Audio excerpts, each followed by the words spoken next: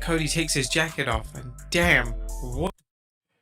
Bro, when I saw the still shot of that, I was like, God damn.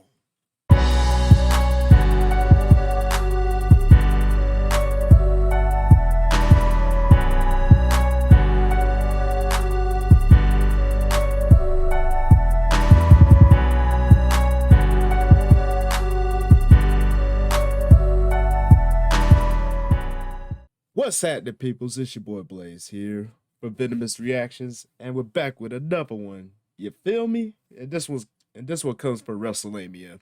Dope channel, dope content creator when it comes to wrestling news.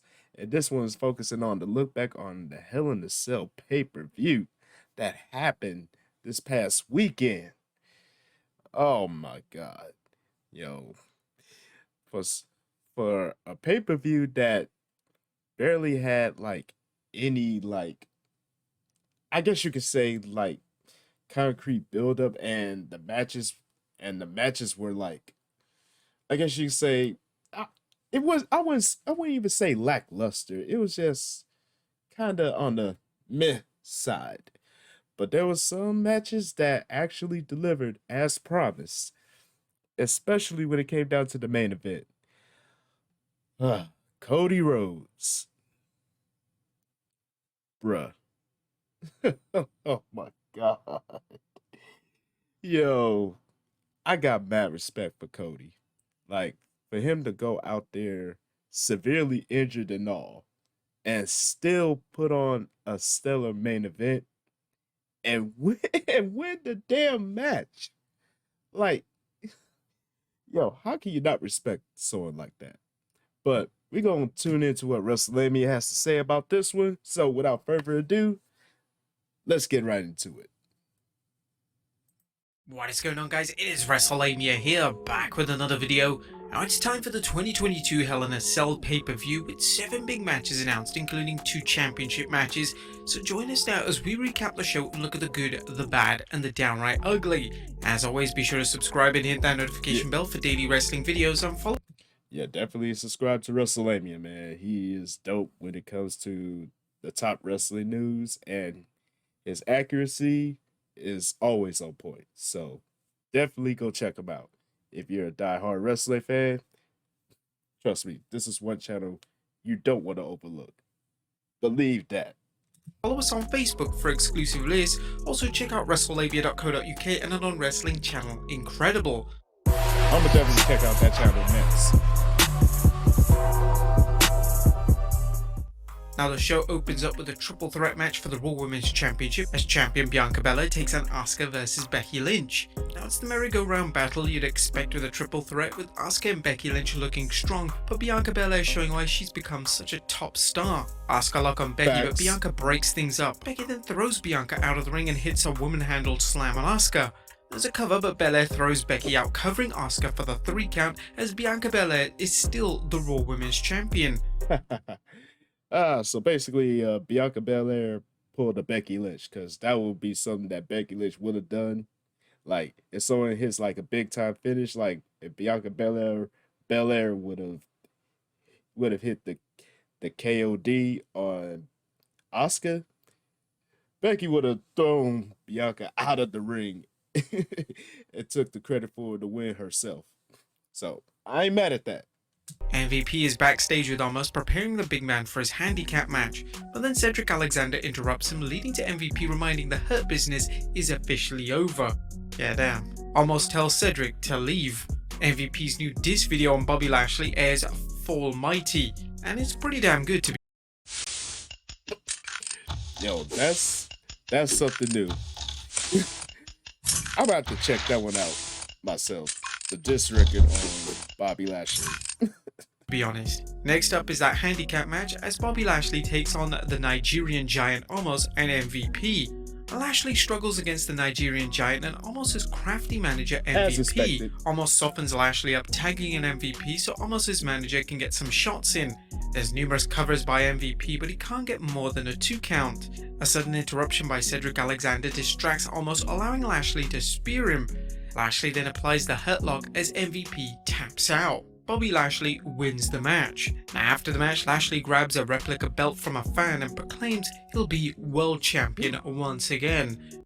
Now that would be something to see. Like, I would love to see Bobby Lashley in the main title picture once again.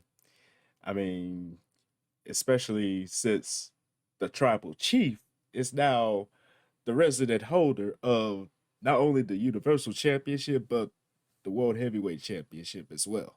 So that would be an interesting matchup to see how the Almighty would go up against the Bloodline. Who knows? Only time will tell. We hope to see it. Next up, it's Kevin Owens versus Ezekiel. Ezekiel almost gets the early win, but KO beats the 3 count. Owens turns the tide with some brawling, but Zeke fights back with several hope spots. Cannonball on Ezekiel, followed by a stunner for the win as Kevin Owens defeats Ezekiel. Next up is the 6-person mixed tag match as the Judgment Day of Edge, Damian Priest and Rhea Ripley take on Finn Balor, AJ Styles and Liv Morgan. But the Judgment Day dominate the babyfaces, insulting Finn Balor and wearing him down. Things get wild as the match culminates with Balor confronting Edge. Balor then goes to the top rope for the coup de grace, but Ripley gets in his way. Morgan then disposes of Ripley as Balor goes for the coup, only for Edge to get out of the way, hitting the spear for the win. The Judgment Day of Edge, Damian Priest and Rhea Ripley win the match. Next up, it's a no-holds-barred that nobody asked for, as it's Happy Corbin versus Madcap Moss. The no-holds-barred match that nobody asked for. Yo, that is symbolically true. I mean, because look at it. Who really wanted to see this match? Who really wanted this? Who really wanted this on the pay-per-view?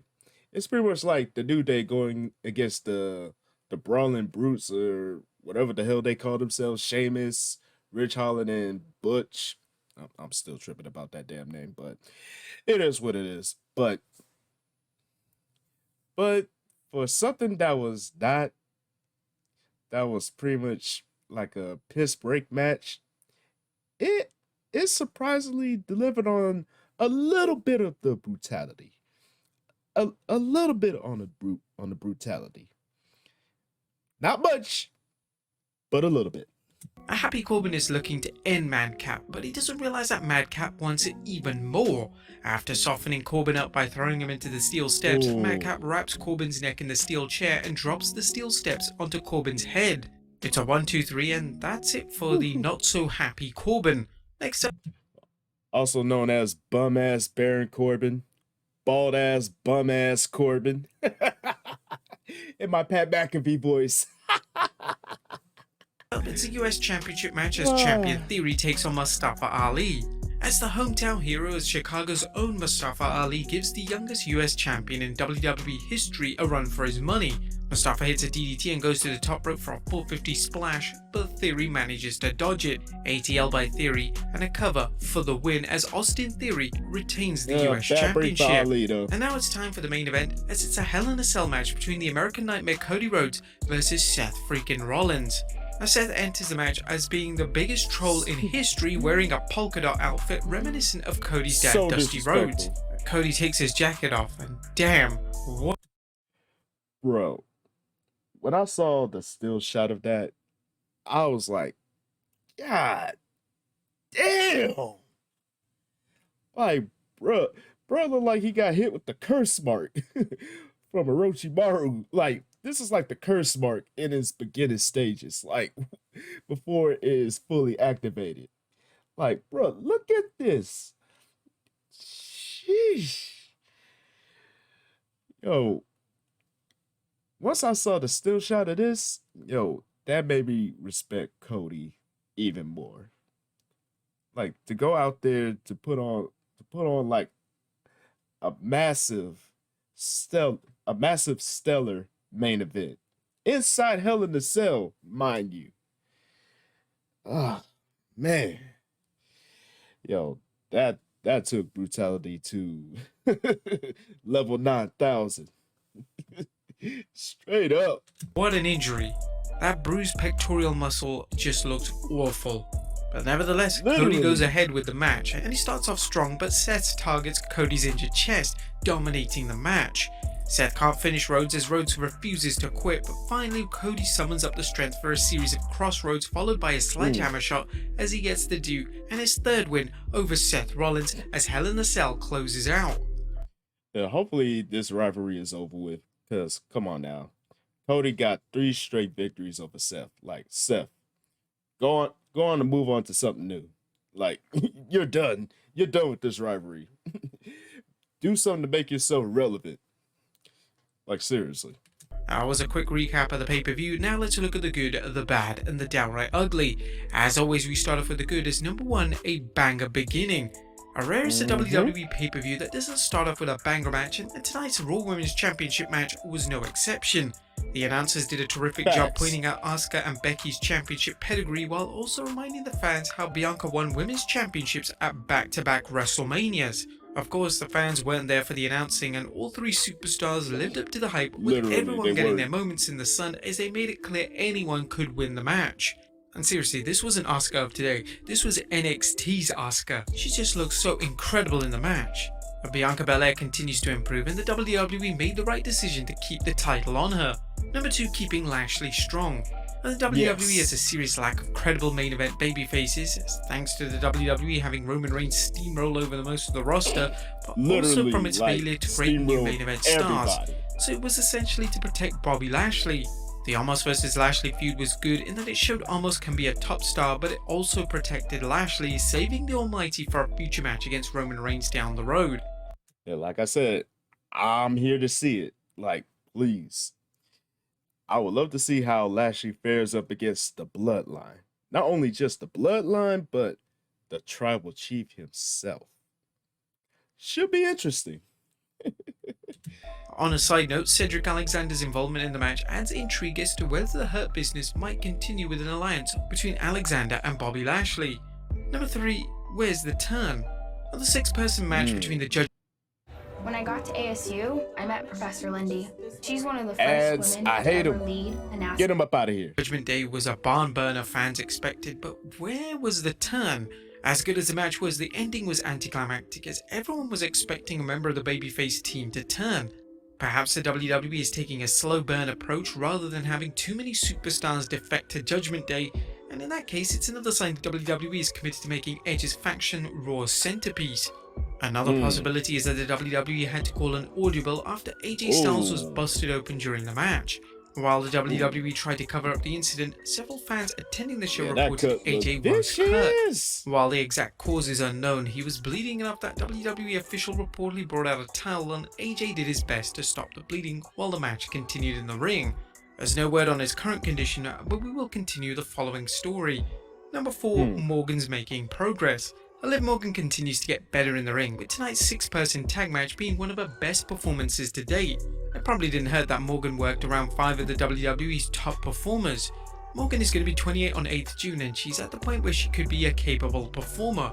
Unfortunately, that wasn't the case until recently, and it's refreshing to see her honing her craft while also getting a prominent spot on Raw.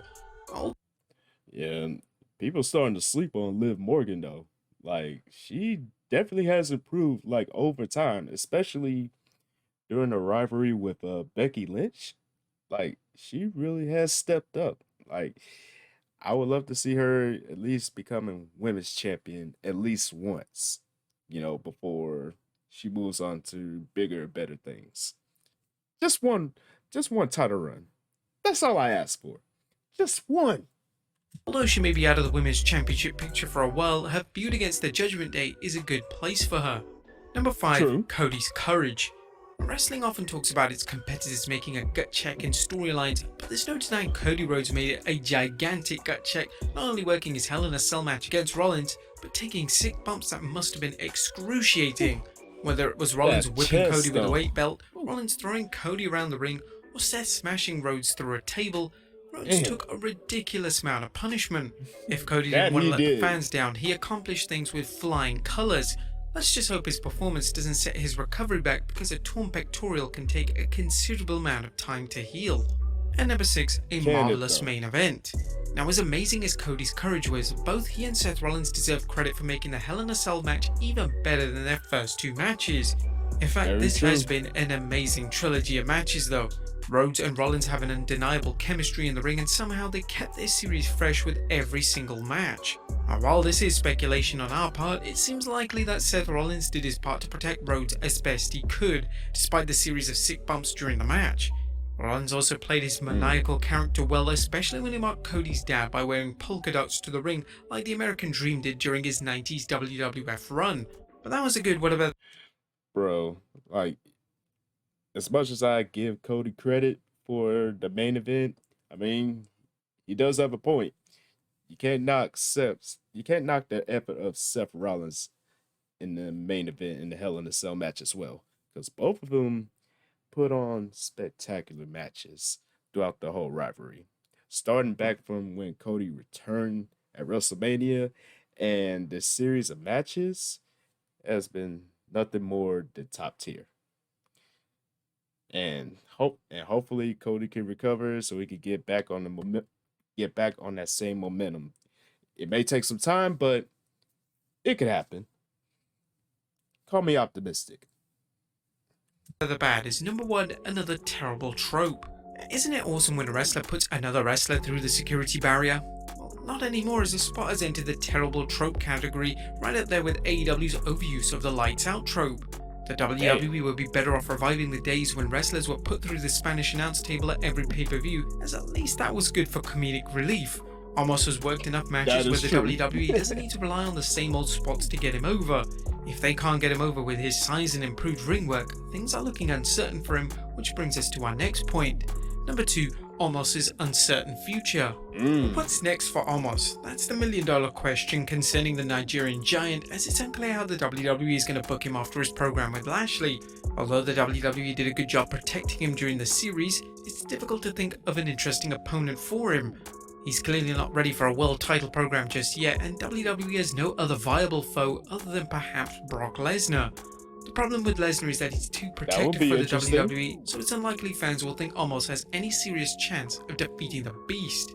Number 3, a boring brawl. And tonight's no-holds-barred match between Happy Corbin and Madcap was a reminder that you can't polish a turd even by using a special match stipulation. This isn't an attack on either wrestler, but a critique of the WWE booking these two into the ground. The only SmackDown feud more tired than this is the New Day versus the Brawling Brutes. I said that. I said that. Like, both feuds has grown tiresome at this point. Like, bro, you done feuded this into the ground and beyond. Like, you done feuded this to the abyss. Like, come on. Give us something new. Give them something new to do. Like, ooh. Oh. But then again, that's WWE creative for you. Corbin and Madcap worked the match a bit too slow, which is understandable in light of the crazy hard way they flung at each other, but nevertheless, this one needs to stop before the fans turn on Madcap. Now, there was nothing ugly about last night's show, and Hell in a Cell delivered with some solid matches at the start and at the end. It's incredible to think that WWE was able to run Cody versus Seth, and had Cody bowed out, most would have actually understood. However, had he bowed out, it's safe to say the show would have been ruined. The lesson here is that the WWE is desperate for top stars, as the WWE barely squeezed 7 matches for this premium event. But what did you guys think of Hell in a Cell? Let us know in the comments down below, and I'll see you next time with some more wrestling content. Yo, he was definitely on point with everything he just said. Like you have to look at it like this. If Cody would have bowed out, like, guarantee it would have changed like the landscape of the main event. Like, what's gonna happen now if he would have bowed out? What would Seth Rollins do? Would they sit in like a temporary replacement, or would they just cancel all the match? Pretty much cancel the match altogether, because a serious injury like a torn pectoral muscle. Yo, I haven't seen anything that vicious since Triple H did the exact same thing in that god awful Crown Jewel tag team match, DX with the Brothers of Destruction. Like, I haven't seen anything that severe, but Cody's made Triple H's pectoral muscle tear seemed like nothing. Cause dude, it was like super dark purple and bruised up, like all the way down to his rib cage. Like, whew, you know, massive surgery is needed, and I believe I heard that Cody was scheduled for surgery during this week, and after that, it's the road to recovery. So, above all, it was a pretty good, satisfactory Hell in a Cell main pay per view. But like I said, some of the matches were lackluster, and then there's some that delivered as promised. So let me know down below what y'all thought about the Hell in a Cell pay per view. Did y'all enjoy it? What did you enjoy about it? What you didn't enjoy about it?